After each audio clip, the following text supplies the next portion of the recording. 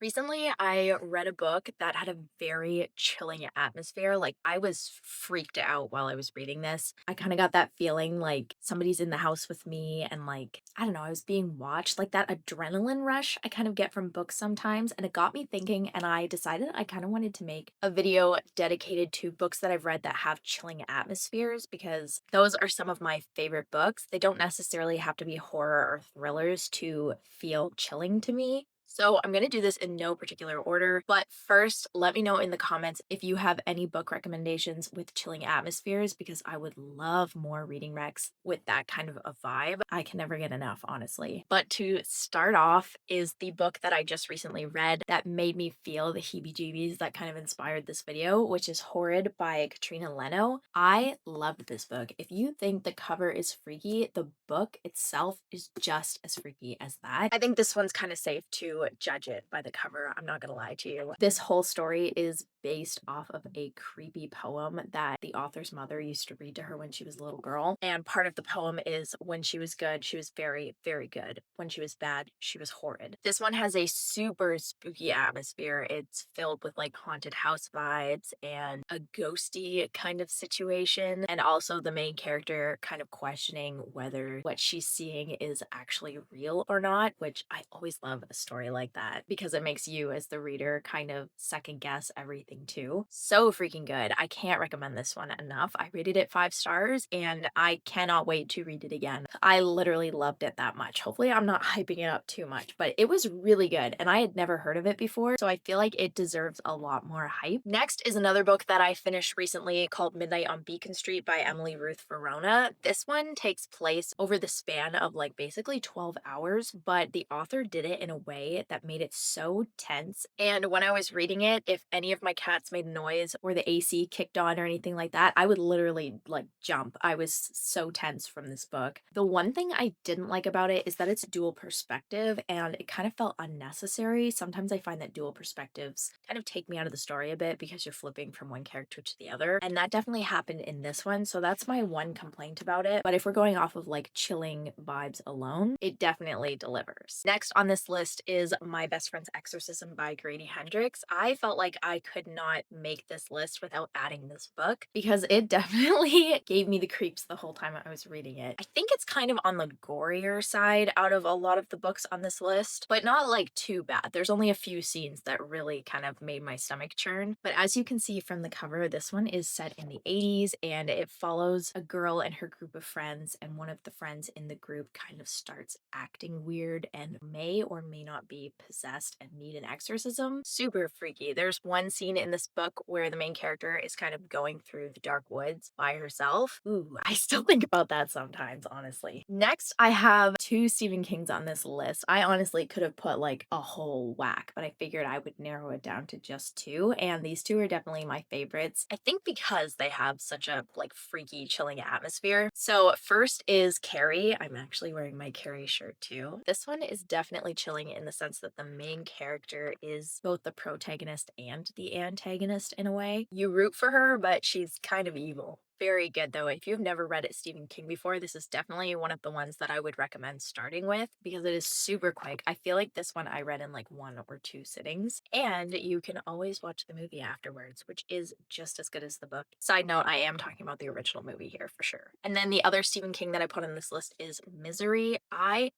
freaking love this book. Like this has got to be one of the best thrillers ever written. Oh my goodness. There are scenes of this book too that I just randomly think about. They pop into my head, they disturb me, and I hope that they don't pop into my head before I'm trying to sleep at night because ugh. This one's a little bit chunkier than Carrie, but I think it kind of read faster than Carrie because every single time you hit the end of a chapter, you're going to want to start the next one. It is so freaking good. Next is 13 by Steve Kavanaugh. This one is unique in the sense that it is also a dual perspective, but one perspective is from a detective who's working a serial killer case, and the other perspective is the serial killer himself, which is a very rare thing I find in books like this. But it was super, super creepy, especially like seeing things that the serial killer was kind of doing and knowing things that he knew and knowing that the detective didn't know those things.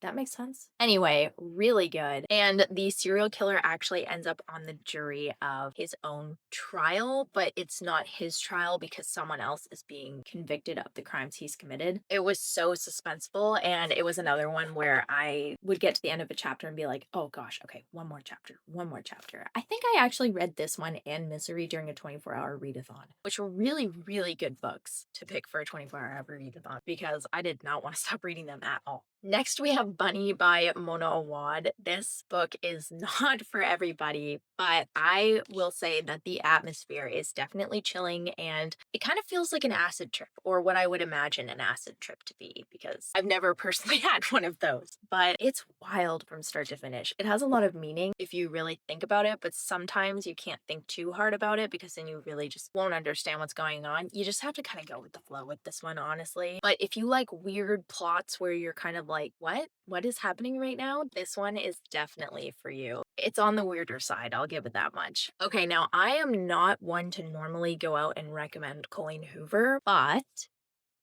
hear me out with this one. It is spooky. It's ghost vibes, like a person's being haunted and they don't realize that they're being haunted kind of ghost vibes, just like things are moving and they're kind of like doubting whether they're seeing what they're seeing, just like horrid in that way. But it's also on the paranormal romance side of things, which I don't personally mind. I actually really enjoy paranormal romance. So if that's your thing too, maybe give this one a go. Obviously, Colleen Hoover is not for everybody though, so I recommend that one with a grain of salt. Next, we have Gone Girl. I feel like this one is obviously recommended all of the time. And when you think of chilling books, this might be one of the first ones to pop into your head. So I just kind of felt obligated to add it. This is one of my like favorite thrillers ever. It is so good. Definitely a really long read, but totally worth it. And if you've seen the movie and think that that is sufficient and you don't need to read the book, the book is so much better than the movie, I promise you. Oh my goodness. Okay, another thing on this list is also super popular, but I felt like I had to recommend it, and that is You and Hidden Bodies by Carolyn Kepnes. I have the third and fourth books of this series, but I haven't read them yet, so I can't really recommend them to you. These are super creepy. The narrator is Joe Goldberg, who is a serial killer and just an all-around creepy kind of dude, honestly. And once again, the books are so much better than the show. I did like the first couple seasons of the show. After that kind of fell off, I'm not gonna lie to you. But the books are where it's at in this series, and you just get so much more creepy vibes from the books than the show. I will say though, they are kind of, I think they're considered erotica. They're on the raunchier side, so keep that in mind if you are gonna read these, because obviously that's not for everybody. Next on this list is Rebecca by Daphne du Maurier. This has got to be one of the spookiest classic literature books I have ever read. It was so good though. It reads so fast and I can't recommend it to you enough. So this is about a young woman who marries a widower, and when she goes to his huge mansion because he's super rich, she starts feeling like his dead wife is like haunting her and is still kind of lingering in the mansion. And then at the same time is also realizing that she doesn't really know the man that she married. I'm gonna leave it at that. Honestly, I feel like that's enough to sell it. You should definitely read this one. And then obviously I had to add Dracula by Bram Stoker. This is a classic horror for a reason. It is so good. It's actually written in the format of letters, which sounds kind of intimidating, but I promise once you kind of get into the swing of things, it's not. It is so good. Very dark and suspenseful. And there is a scene with a ship that is not normally in any of the movie adaptations, but it is, in my opinion, the absolute creepiest part of this book. So you should definitely read this one too. Next, I have a few YA kind of recommendations, but they are just as spooky in their own ways. So first is the Unbecoming of Mara Dyer trilogy. I think I read these ones for the first time when I was like 14, but I ended up rereading them a few years ago and they were just as creepy as the first time that I read them. I just felt like I had to add this to the list. This trilogy is a paranormal romance mixed with, like, once again, the main character kind of doubts herself and doesn't know if what she's seeing is real or if she's hallucinating. That kind of vibe. Again, you're probably kind of seeing a trend here, but those are the kind of stories that I find are the absolute creepiest. And even though this is YA, it's still really, really freaky. Okay, this next one might kind of be a stretch, but bear with me because I will explain to you why I found it kind of had a chilling atmosphere. And that is Throne of Glass by Sarah J. Maas. I know it's fantasy and it's not supposed to be like a chilling, spooky read, but there is a specific scene in here where the main character is walking through I'm gonna call it a castle. I don't really know what else to call it. And it's like you're in a dark hallway, she's by herself, and it's the middle of the night. She hears a noise. And I was reading this while I was like home alone, kind of sitting in the dark with like just one lamp on. And it really freaked me out. I actually had to close the book and stop reading because, whew. So it's a bit of a stretch, I know. But just with that one scene, that is always what I think about when I see this book. So I felt like it belonged on this list. So last for the YA recommendations, I have The Darkest Part of the Forest by Holly Black. This was one that I read when I was like 12 and I also spilled water on it. So it is very